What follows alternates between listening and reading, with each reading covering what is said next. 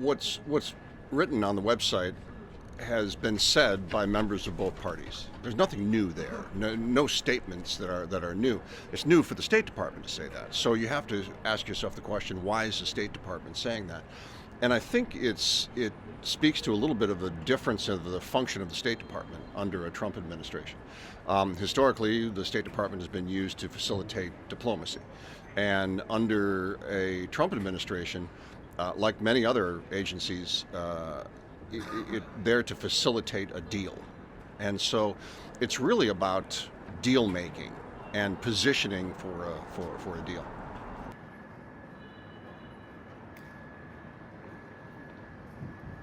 I think if you read the entire kind of the long form version of what they say on Taiwan, there still is a fundamental commitment to the one China policy. We do not support any change in the status quo, blah, blah, blah. So by itself, not having that statement, I don't think changes that point of view.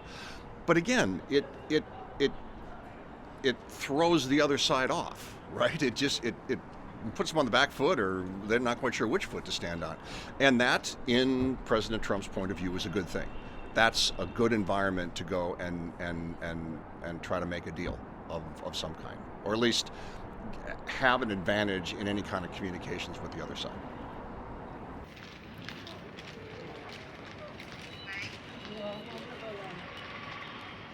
The U.S. has been the first responder. They've been the one to do something, and China has always reacted. China has fewer options in how it reacts to things, and how it responds.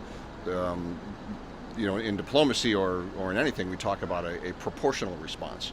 Is it at the same level? Is it the same impact and things like that? And again, because of China's connection with the U.S., connection with the economies of the NATO bloc, they can't necessarily be exactly proportional in that sense. So their response to a widespread tariff could be limitations on certain things, targeted tariffs, things like that. I think they're going to be very careful.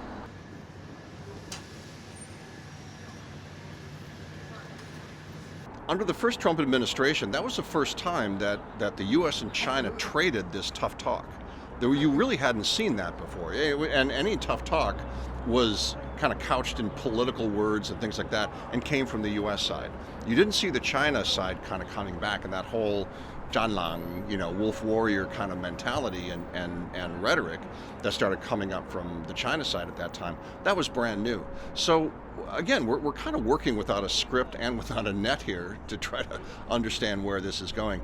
But just because there's tough talk doesn't mean that there's not going to be face-to-face. I think the likelihood is still there that they will meet face-to-face. Trump trusts himself face-to-face.